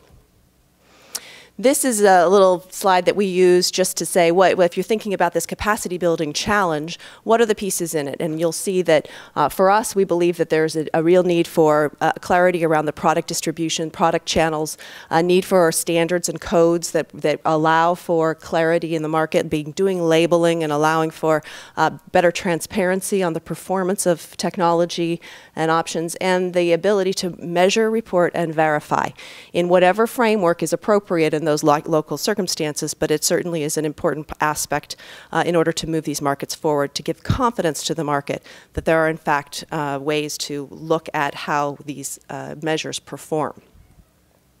I'm going to very quickly share with you our favorite example of how you go in and think beyond a single measure approach. And this is the other thing that I'd like to leave you with, which is it's very important to do standards and codes on individual appliances. It's very important to look at specific lighting technologies, but we are missing the forest for the trees if we don't look at the overall integration of these technologies inside a building. Buildings are living systems, and they require a constant review of the building level performance. This is one of the things that I think is important about GSEP. It's certainly one of the things that I think that that decision makers around the world have not yet figured out, and we as building owners and managers in these decision makers still are grappling with all of the integration of these pieces. So in the Empire State Building, which was an ESCO project that we worked on, we worked first to reduce loads across the entirety of the building. Second, we upgraded the systems. So the first thing to do was get energy demand out of the building. The second was to upgrade the equipment. And the third was to install monitoring and controls so that you could constantly be watching what was happening in that building. And we worked very hard to make sure that the return on the investment met the owner's key requirements in terms of payback period and in terms of the type of overall outcome he wanted for this building. In this case, he was looking for a payback under 3 years, and he had a renovation process that was going on, so there was some capital available already for the project. And he wanted to be able to upgrade the space at the Empire State Building in order to make sure that he was able to attract and retain the types of tenants he was looking for the building. The goal was to make all of that happen, and we achieved a 38% energy savings for $4.4 million annually in savings. Thank you.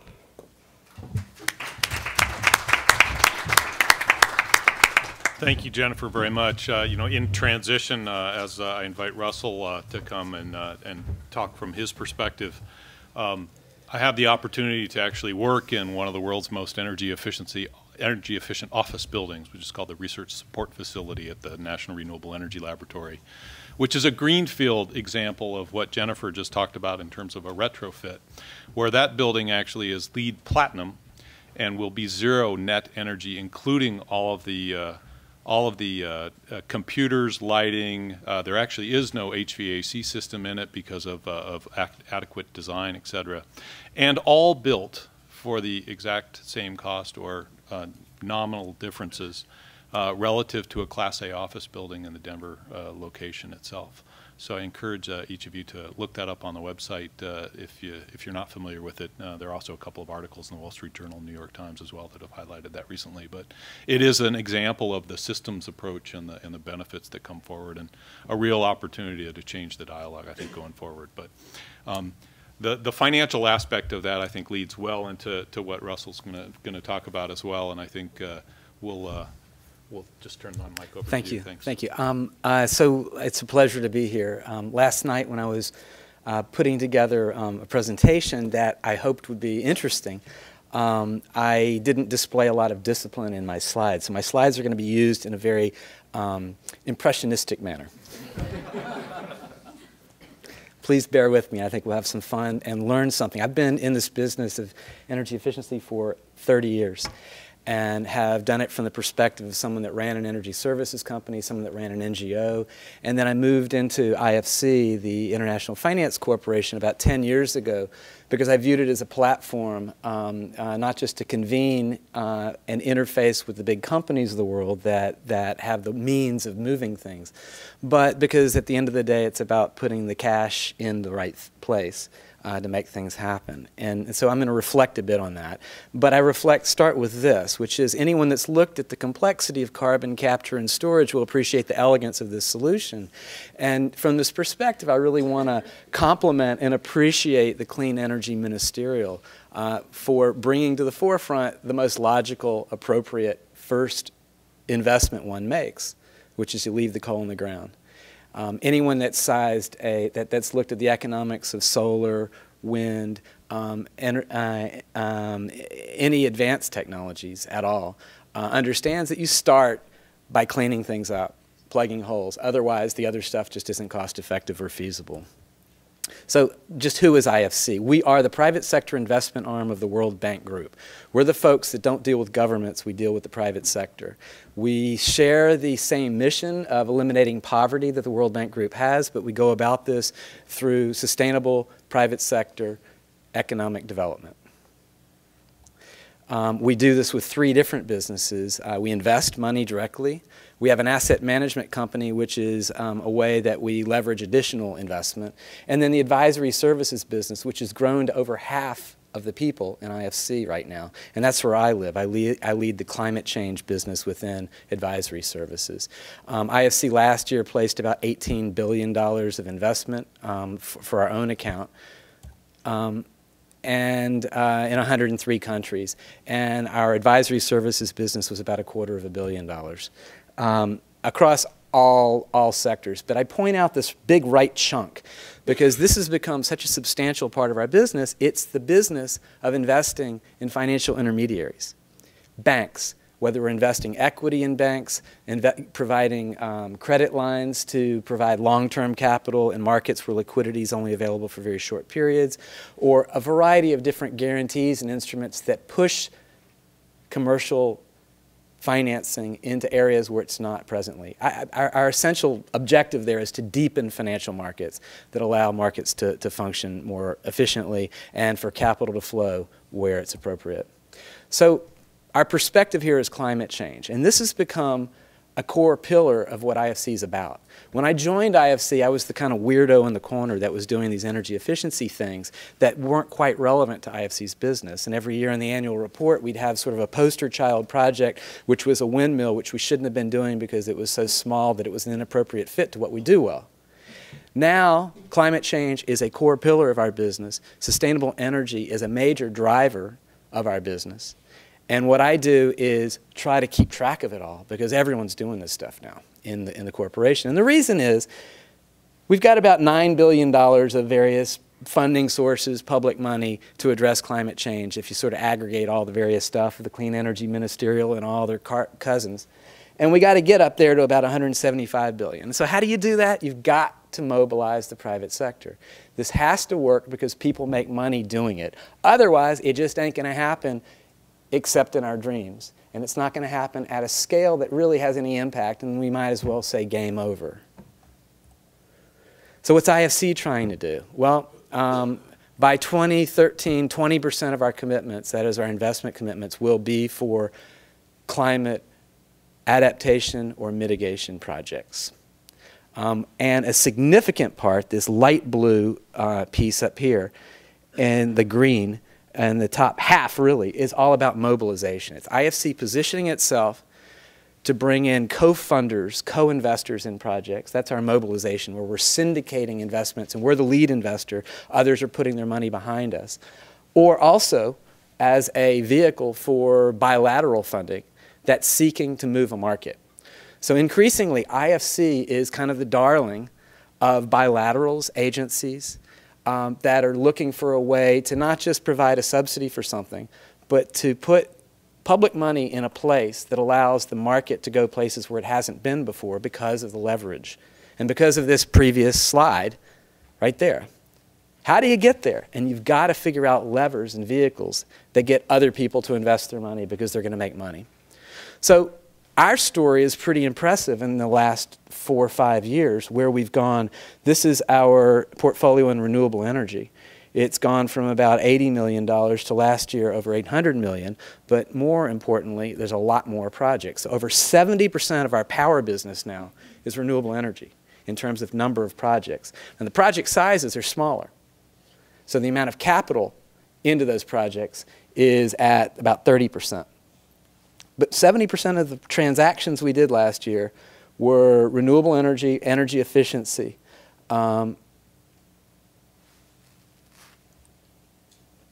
Why do we do this?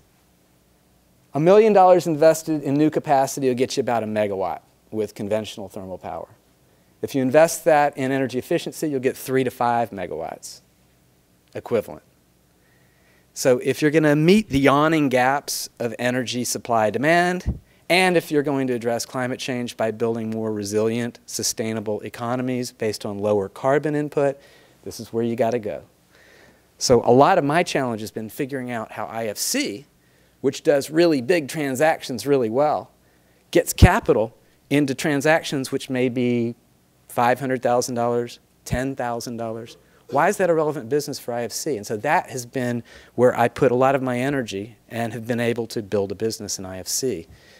So the 2 feet you see at the top are these 2 economists having this conversation, and one of them saying to the other, gee, George, why aren't you reaching down and getting all those dollar bills on the ground? And George says, well, if there were dollar bills on the ground, someone would have picked them up. So they're obviously not there. We must be hallucinating. This is the proverbial issue with energy efficiency, right? It's about behavior. It's about dysfunction in institutions. It's about market failure. It's about irrational human beings and human behavior, right? Why would a human being keep money in the bank and get, what, 1% interest on your savings account when you can get a 1 or 2 year simple payback return by replacing the incandescent light bulbs in your house? And the market failure leads to the kind of regulations and that we're seeing in the market, right? Because of the greater social good. So how do you awaken the sleeping giant of the marketplace such that you get rational investment happening? Well, it's not as easy as saying, I'm IFC, I put money, I will go do money. If my tool is a hammer, my tool is money, I can't get it done unless I'm looking at what is actually going on in that market. What are the barriers to it? So what are the tools that I wield most effectively? But this is also, and I challenge everyone who comes from different institutions here, you've got to think not just about what needs to be done, but what you are positioned to do well. So this has been part of the discipline in IFC, is not just understanding markets, barriers, but staying away from things we don't do well, which is that one little wind plant, which is $1 million, because our lawyers are going to swamp the sponsor. We got to figure out a way to structure these things that play to our comparative advantage and use our convening power where needed. So this is how we look at it. This is basic S-curve, where what you're trying to do is have penetration of an advanced technology, a compact fluorescent light, LED lighting, off-grid lighting, cogeneration. And early stages where you're not proving out the technology, it implies certain types of interventions needed. Very often regulatory reform that knock down barriers. As the technology matures, you start to get some volumes going. You need standards. Otherwise, you're going to have market spoiling. Rick talked about the Lighting Africa program and off-grid lighting, where the issue right now is that these products are finding themselves everywhere. And you're getting a lot of products that last about 10 minutes in the marketplace once people plug them in or try to use them, because the batteries in them and the control systems are crap. And what you're going to have is the same kind of pushback situation you had with compact fluorescent lights in this country, where somebody finally got up the bravery to go and buy one of these things for $15 and plug it in, and it blew. And suddenly it wasn't, what is this product, who made it? It's those things don't work. And it became kind of conventional wisdom, and I think it set back the uptake of the technology. It's critical at that moment that you start to have industry standards, a way that customers, clients, users can start to reference what is good, differentiate technology, and create competition around quality and price at the same time by giving people the intelligence they need. Market intelligence, how are these companies that currently are focused on LEDs for this little thing going to say, there's a market out there of people that are using kerosene, and I have a technology that beats it, but I don't know anything about the market. I don't know what people desire, what they're able to pay for. I've got 5 minutes. I got to move quick. Okay, and then at the upper end, where markets are starting to move, how do you get capital to these people? And so this is the kind of construct that we think about. Industry standards, the Efficient Lighting Initiative, we put the label on the box in this project in 7 countries 10 years ago. The results have been immense in terms of scale up of compact fluorescent lights. This was in South Africa. The line at the top, interestingly, is not just showing that the market grew, but it's showing that there was replacement of incandescents, because that was the incandescent bar at the top. So financial market development. Remember when I talked about how IFC is a misfit for doing these smaller transactions? And the question is, what is the problem there? When you look at why local banks were not lending for energy efficiency, it was a number of different things. First of all, the deal sizes fit very nicely, these banks. They're not very good for us. So I start to think, how can I get these banks to see this as a market? They don't have experience, so they're saying, we don't understand this asset class. We don't understand how to price loans to them. Are people going to pay us back? So we started supporting them by selling them risk-sharing tools, because we were comfortable with the assets. Limited knowledge of the sector. We started working with them technical assistance to identify the segments of the market which fit their strategies. If they wanted to go down market into SMEs, how do you sell energy efficiency to SMEs? Ways to get to their strategy. And then the vendors and developers, good engineers, not so good at structuring transactions that a bank wants to finance. So working with them. What came out of this was a substantial IFC business, $500 million last year, us providing credit lines, risk-sharing tools to local banks to finance energy efficiency. One of these in China has the Chewy program, this immense impact. Our partner banks have lent $1.7 billion for energy efficiency in the last 3 years. GHG emissions associated just with the loans that we've provided guarantees for, 15 million. There's 100 countries on the earth that emit more every year than 15 million tons, and this project has avoided the emissions of that. The reality, though, is that there's still 1.6 billion people that live in the dark. And I'd just like to point out one thing. If you look at Africa, the west coast, right there. Anyone know what that light is? Gas flaring in Nigeria. There's a problem. Another conversation. So when you start looking at who these people are, and you're looking at the income pyramid, let's just look at the global market. About 1 billion people make about $26 million a year. Their total income is $25 trillion. But the low income, the lower 2 brackets, 5 billion people representing $4.5 trillion of capital. So I start to think, these are the people that live like this. Is that not a market? In fact, they spend $38 billion a year on kerosene, which is 17% of the global lighting market. So you've got $38 billion for people that are getting 0.1% of actually the lighting service. So you've got an ethical issue here. You've got a market waiting to happen, and you've got superior technologies happening out there. This is the breakdown of that segment in Ghana and Kenya, where it's $1.5 billion market. So we asked, is this a market? If so, are there global and private local companies that have solutions to this? And are there commercial solutions? So I don't want to go out there and give $5 million and give people lamps and then that I've chosen sitting in my office in Washington, D.C. What I want is for a lot of people to make money providing a technology which saves people money and gives them better service. And that was the genesis of Lighting Africa. There was an emergence of technology, the LEDs, which allows you to package systems at less than a watt. You have business models such as Unilever starting to figure out how to sell to this market, things like shampoo, where instead of selling them a $5 bottle, you sell them a 1 rupee sachet, and affordable. You price things at a price point that's affordable, the lessons of this market. And went and talked to the LED industry, and these guys were selling scoreboards to stadiums. They were looking at putting more LEDs in a Cadillac, and they were looking at Blackberries. And we said, is this interesting to you? And they said, yes. We said, what do you need to start making products to go after this part of the market? They said, we need intelligence about the market, need to understand what people will buy, how much they'll pay. We need protection, because we need the junk out of there. We need people to understand the difference between quality and not quality. And we need to figure out how people buy things. What is my distribution channel to someone that's currently buying kerosene off the grid? And so the Lighting Africa program addressed these things: regulatory reform, industry standards, market intelligence, and then the financial market development. How do you get the capital of these guys to scale up their businesses? This is essentially what we're trying to do. We're trying to bump up from the red S-curve of market penetration and trying to gain a lot of economic capital and rent and global benefits from the environment and quality of life improvements quickly by addressing those things and scaling it up. And you start to get all sorts of interesting, and I'm almost at the end, all sorts of interesting partnerships come out of this. The telephone, off-grid telephone market, I'm not going to tell the story. You probably have heard it, but it's astounding. It's the most impactful change I've ever seen in the developing world, is the penetration of mobile phones. Not just because of what it does about communications, but because it's what it's doing about everything, including banking, where 30% of the GDP of Kenya now flows through mobile banking. One company, M-Pesa, right? All these innovations flowing out of this thing. And there's opportunities because they got the same problem that the lighting has, which is how you charge phones. And so we're starting to see products which address both telephones, and this is the driver.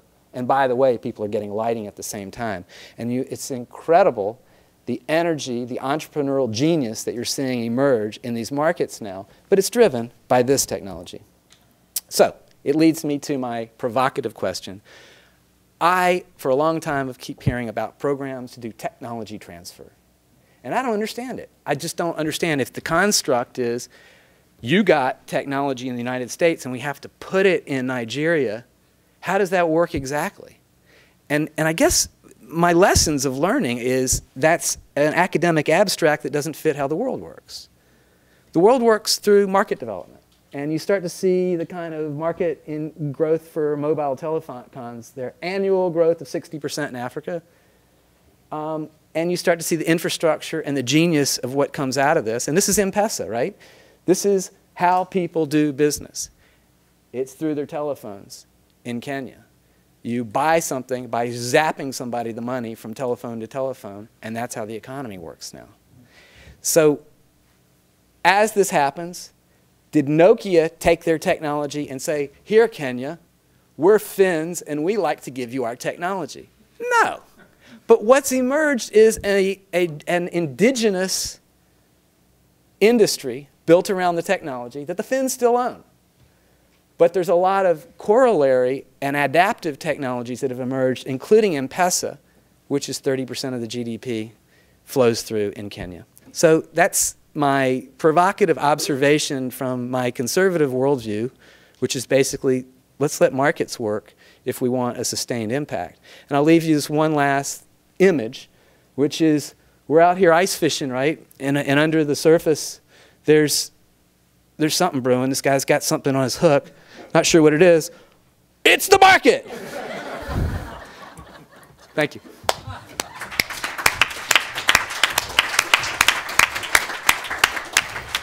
Thank you. With that, if you can indulge us with a bit more time, why don't we go to some questions, and let me, if I could just repeat the ground rules, if you could please state your name, your affiliation, and pose a question as a question. If it's to a particular panelist, feel free to target it in that direction. William Murray with the Energy Intelligence Group. Efficiency is it's kind of been in the news lately, or talked about lately, with a couple articles talking about the rebound effect, and also both in the New York Times and late last year in the New Yorker, talking about the Jevons paradox, which is that the more efficient economies get, the more disposable income there then becomes to spend on more energy, so that in the long term, absent carbon taxes, there is actually no way to keep emissions from growing beyond what they were to start with. How real is that problem, and have you come up with solutions to that? Obviously, carbon taxes are a real solution to that, but in the 1980s here in the United States, we saw that rebound effect, and it's quite possible in the developing world that we may see that coming shortly.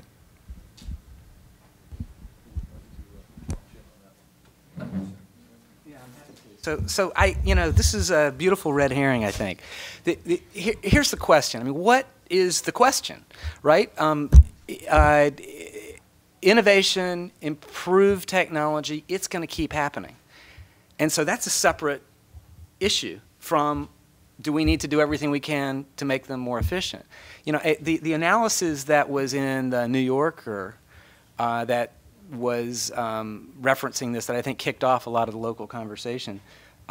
It was as if all development in the history of mankind was a result of energy efficiency, not that there were parallel innovations. I'm not sure what the question is. I mean, is it saying that we shouldn't concentrate on energy efficiency and therefore technological advancement will disappear? I don't get it. I think the issue they're trying to make is that the moral arguments of climate change being solved through efficiency aren't possible, that there's a mutual exclusivity, and that undermines, it's not an economic argument.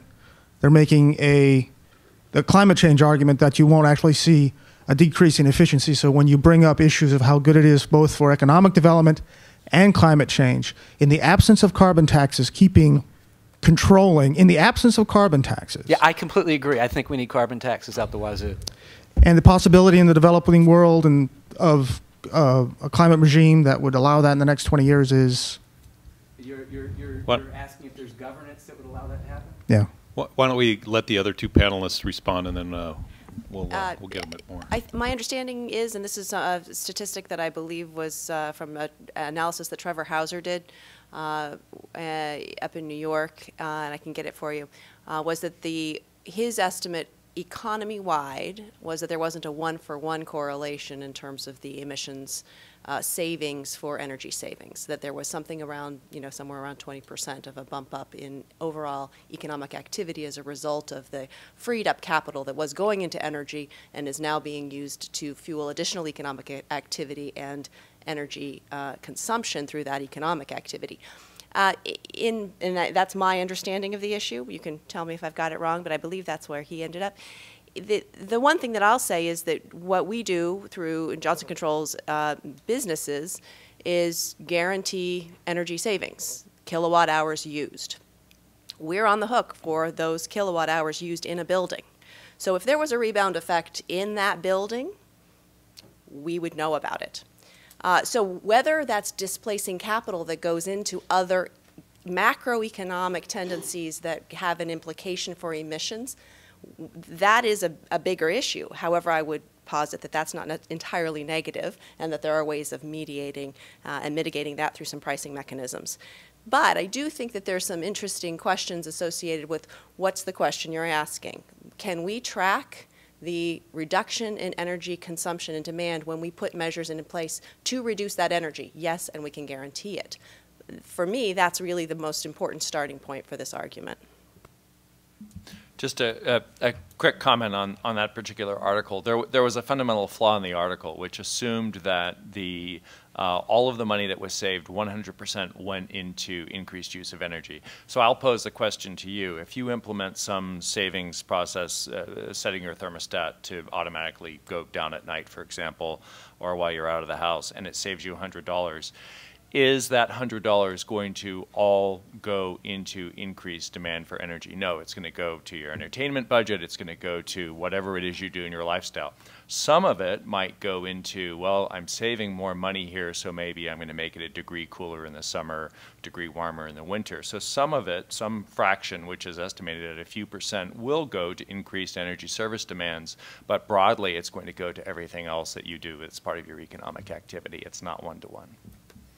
Great. I'll just add one quick comment before we go to the next question, which is if you look at the international data that Kateri, for example, put an example up between the U.S. and Japan, and you look at the overall energy intensity per GDP, if you ask the income effect and the rebound effect among different economies, you can see pretty clearly that while the U.S. has a very strong average annual GDP, our energy consumption tends to be 30, 40, 50% higher than the average European, who has a comparable annual GDP of income and more than twice the average Japanese. And so there's some interesting international comparisons there as well. Is there another question we'd like to turn to, if I could? Lawrence Jones with Austin Grid. I have a question for the panel in general, especially Mr. Sturm. You talked about when you started your presentation, you made mention about behavior change. And it seemed to me, having spent quite a bit of time in Europe and looking at this sort of a appetite for efficiency from the standpoint of the customer. In the U.S., what do you think is the reason that energy efficiency, as it's being presented today, is a very, very good thing, and it should be a no-brainer for everybody? But apparently it isn't. So what behavioral change mechanism do we need in the U.S.? This is supposed to be the most sophisticated country in the world in terms of educational standards, more or less. And so what's happening? Why is all this good stuff that's been done here not having any sort of a major impact in terms of how consumers are viewing energy efficiency? And if you just look at the price of gas, I think people get efficient here only when the prices go up. And that's when everyone starts to scale back. And as soon as the prices drop, then people start to consume in excess. So what do we need to do to change what's happening in terms of the behavior in the U.S. in regards to energy efficiency? Thanks. I think you answered the question. I mean, we saw when gas was $4 a gallon, the metro was full, overfull. We subsidize energy in this country. And the difference between Japan and Europe versus the U.S., you've seen the average size of a house of a well-off person in Europe versus a house in this country, and where those houses are located. We've built an entire economy based on subsidized gasoline. Subsidized, I mean the external costs are not embedded in the internal price because we don't tax it. That's personal view. Any other comments? Let me just add another question or another comment to that. The other thing that I think happens for many companies at a corporate level on the energy efficiency investments that they're going to make, and in particular this goes back to where many companies are seeking to finance this out of their own budgets. And when you look at that, the choice then that any decision maker is making at a corporate level is, do I invest in something that reduces cost, or do I invest in something that might be a new product? And the difference is a bottom line versus top line prioritization. So if you're looking at all of the choices for investments, you're willing to take potentially a higher risk, lower guaranteed result in a top line example than you might, knowing that you're going to get a 9% savings on that investment, 10%, 15% savings on that investment in a bottom line improvement to your business. So we do see that there's sort of an asymmetry in decision making associated with how you will place your investments if you're thinking about a bottom versus top line opportunity. Thank you. Do we have a final question from the audience? Just as long as you briefly state a question, we are running quite late, so thank you. So what needs to happen then?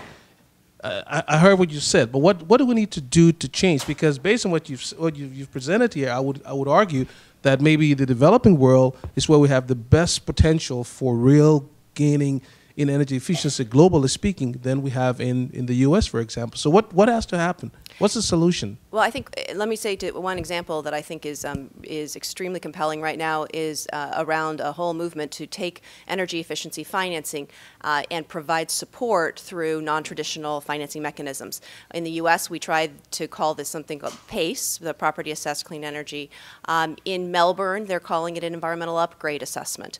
They're allowing efficiency investments and improvements in buildings to be financed on a bill that allows for you to make that investment and pay it back incrementally over time without having to either put it on your balance sheet or by creating a disincentive because you may only own that building or hold that building for 5 years, so therefore you're not interested in making long-term investments in it.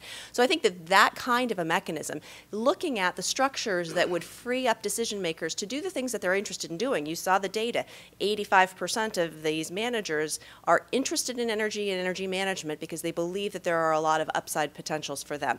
However, they don't have mechanisms right now that allow them to move that capital into those investments. That's why some of the programs that can allow for credit guarantees, that can allow for different mechanisms for them to access financing, really can change the way that the market will emerge.